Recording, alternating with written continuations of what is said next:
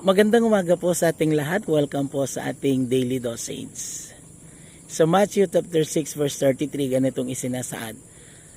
Ngunit pag sumikapan ninyong hanapin ang kaharian ng Diyos at ang lahat ng inyong mga pangangailangan ay may pagkakaloob sa inyo. Mga kapatid sa pananampalataya, ang Matthew chapter 6 ay bahagi ng sermon ng ating Panginoong Hesukristo sa bundok. Now, His audience ay iba-iba. May mga Hudyo, may mga Hentil. Tingnan nating mabuti.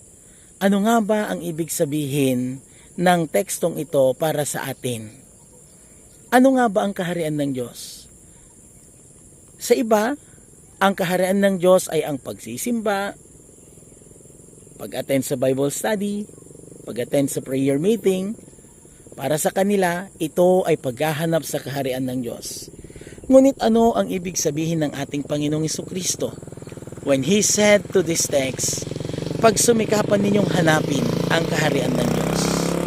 Sabi ko kanina, halo-halo, iba-iba ang audience ng ating Panginoon. Ang mga Hudyo, alam nila ang kautusan, they know God better than any other. Ganun pa man, nasasabi ba nating they are following or they are into the kingdom of God? I don't think so.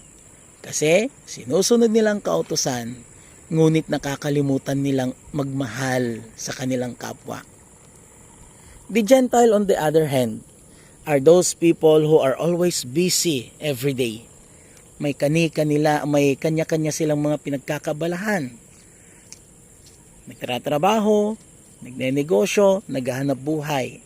And they do not have the time to know, to praise, and to worship God.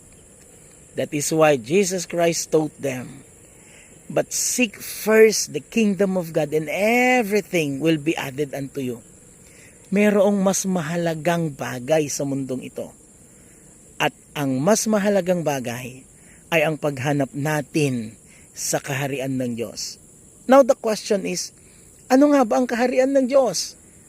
Sa iba, ang kaharian ng Diyos ay ang pagsisimba, pag-attend ng Bible study, pag-attend ng prayer meeting. But hindi lamang ito. These are just the first step for us in seeking the kingdom of God. But seeking the kingdom of God is seeking what God wanted us to do. Ang kaharian ng Diyos ay ito. Kung nasaan ang mabuti,